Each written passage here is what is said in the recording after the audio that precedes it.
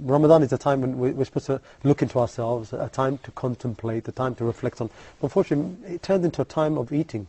It's something that's really associated with food because you're abstaining from food, to the point where, to many people, they actually gain weight in Ramadan.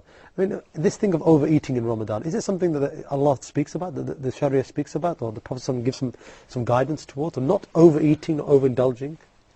Allah Azza wa Jal tells us in a verse of the Quran, eat and drink, but do not exceed. Because exceeding is part of the way of Satan. Mm-hmm. So, eat and drink as you wish, but know your limits. The Prophet ﷺ said in an authentic hadith, it is sufficient for a person to eat 3 or 4 bites. That would make his back straight. He's not hungry, so he walks straight and tall.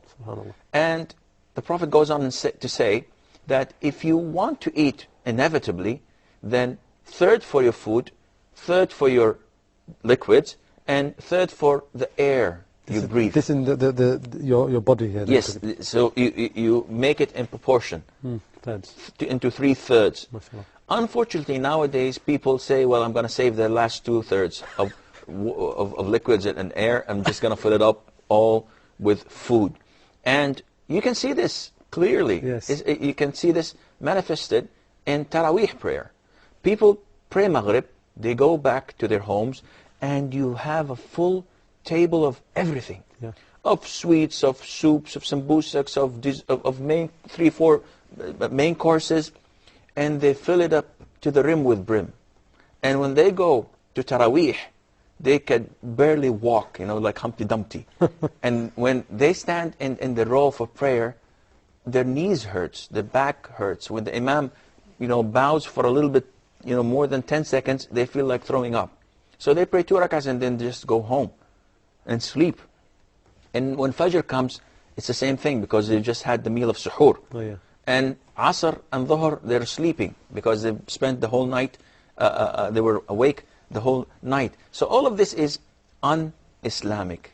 Have one meal and one type of food, that would be more than enough, because then you would go and pray and you can have your mind intact, understand what the Imam says. But for the woman to sit for 6 hours in the kitchen, not praying, not reading the Quran, not doing anything useful for her day of judgment, just cooking like a slave. Yeah, we have these questions where sisters say that for me Ramadan is more to do with what goes into the kitchen. I mean, it's a time of ibadah, worship, of reflection, but poor sisters there in the kitchen. See, she's rewarded for what she's doing, yes, but not to that extent. Yeah.